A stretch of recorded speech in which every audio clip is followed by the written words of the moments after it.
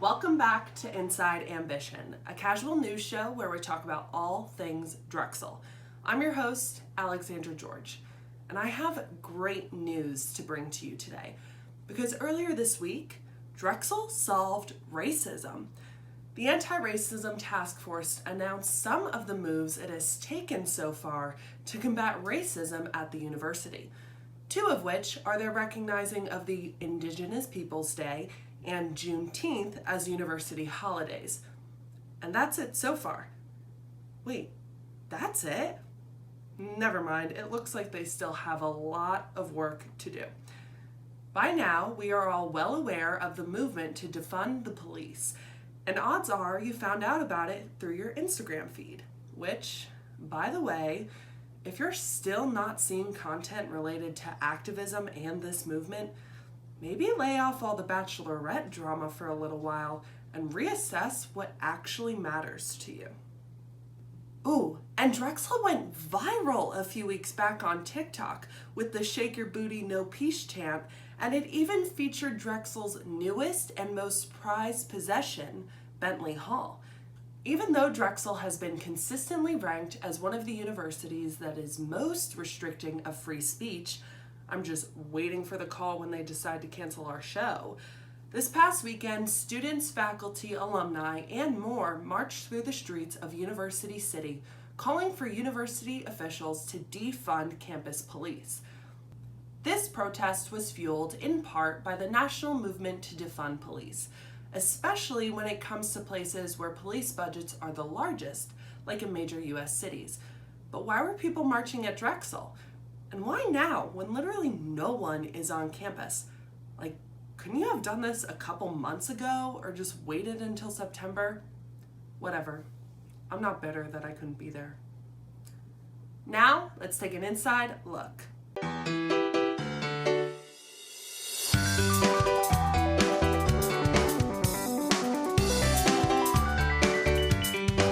The protest this weekend began at 33rd and Market, where our beloved Mario the Dragon resides. It is really so lovely to see him finally getting the press coverage he deserves. And look at this photo. So photogenic. There's our Mario, raising his right hand, claw. In solidarity with the movement, we stand. Part of what aggravated this movement of defunding police on Drexel's campus was the incident that occurred on 52nd Street on May 31st. 52nd Street, also known as West Philly's Main Street, has long been home to historic Black-owned businesses. And on May 31st, Philadelphia SWAT officers fired multiple tear gas containers into the surrounding neighborhood for over 2 hours. Community members for 14 square blocks were left choking on the toxic fumes in their own homes. And guess what? Over a mile away from their usual patrol area, Drexel and Penn police were there on that day. And although each university has claimed that no arrests were made by their officers, nor did they use tear gas, rubber bullets, or pepper spray, many students and faculty are reasonably disturbed. Everyone knows a bystander is just as bad as a bully. And why were there 2 private, tuition-funded police agencies sent to 52nd Street in the first place? Both Drexel's and Penn's Community for Justice groups worked together to plan and execute this march. It is so nice to see UPenn acknowledging Drexel's existence for once. Maybe now Penn students will start introducing their school as, the one in University City that borders Drexel. Penn has the largest private police force in the entire state of Pennsylvania, and Temple has the largest university police force in the entire country. But it is true that almost all four-year colleges with more than 2,500 students have their own law enforcement agency. After all, one of the main criteria students and parents check out when deciding which university to sell their soul to is campus safety. The list goes, how good is this going to look on my resume? Will I be safe and healthy there? And then, how much debt am I going to be in? Data from Drexel's crime reports show that almost 90% of incidents that Drexel police respond to are nonviolent. So what are police really protecting students from? I think that this will not come as a surprise for most students, as most of us lived in Westphal's freshman year, and 9 times out of 10, you saw a cop when it was 4 a.m. and your RA found your friend passed out in the bathroom because they were too drunk. And the police were there because they were the first responders. Colleges did not always have their own police forces, and it was not until students began to have altercations with the city and county police that university officials lobbied to create their own.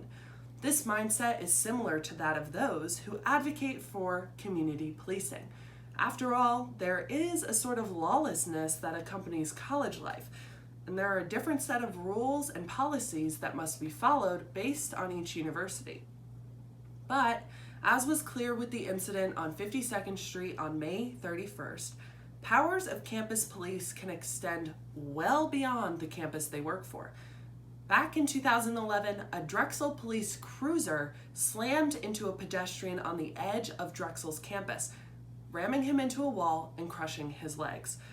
They had been pursuing him in connection with an attempted burglary. Critics say that when it comes to campus police, they often operate with 2 levels of justice, one for students and one for those that live in the surrounding communities. And I think it's safe to say that no student would have been shoved into a wall by a police vehicle if they were suspected of robbery. And just think about when it comes to drugs and alcohol. From 2015 through 2017, Temple police records indicated that only 2% of alcohol and drug-related incidents that occurred on campus resulted in arrest, when a whopping 50% of alcohol and drug-related incidents off campus did. Look at that! Finally, a pro for living in on-campus housing. Drexel should try to advertise that in their new student sessions. Studies show you're less likely to be arrested. Worst part is, not that municipal police units have a record of transparency, but when it comes to university policing, most records are kept secret because universities are privately run. Not to mention, this conversation is especially pertinent because West Philadelphia is historically over-policed and a predominantly Black neighborhood. For those resisting the dissolving and/or defunding of campus police at Drexel and are asking, who's going to keep the students safe then? Ask yourself who you believe we're being protected from. And remind yourself of the public safety officers that patrol campus in their neon life vests and are just glorified walkie-talkie holders. Their visibility does a lot to deter crime on our campus. So why do we need a full-fledged police force? The calls from Drexel and Penn for Justice demand that their respective universities reduce funding of their police forces by 50% and dissolve the forces completely by 2025. Just think about all the reasons an officer might be called to the scene at Drexel right now. A drug problem, a mental health issue, a sexual assault. And think about how much students complain about the lack of resources at the counseling center, and about how all that money could be better allocated. Drexel has pointed out that the school is taking steps in response to the movement, and that they have created an anti-racism task force and a Drexel Center for Black Culture. They even started conducting an independent review of the Drexel police by a man named Charles Ramsey. Oh, he sounds like a nice guy. I wonder who he is. What? He's the former Philadelphia police commissioner? How does that make sense? Like, what's he gonna say? Check. Looks like y'all are just being police, just like I used to be. What? I think we all need to pay a little bit more attention to see what steps Drexel is taking to accommodate these student demands in the future, and how they plan to be proactive in combating these issues as opposed to being reactive to them.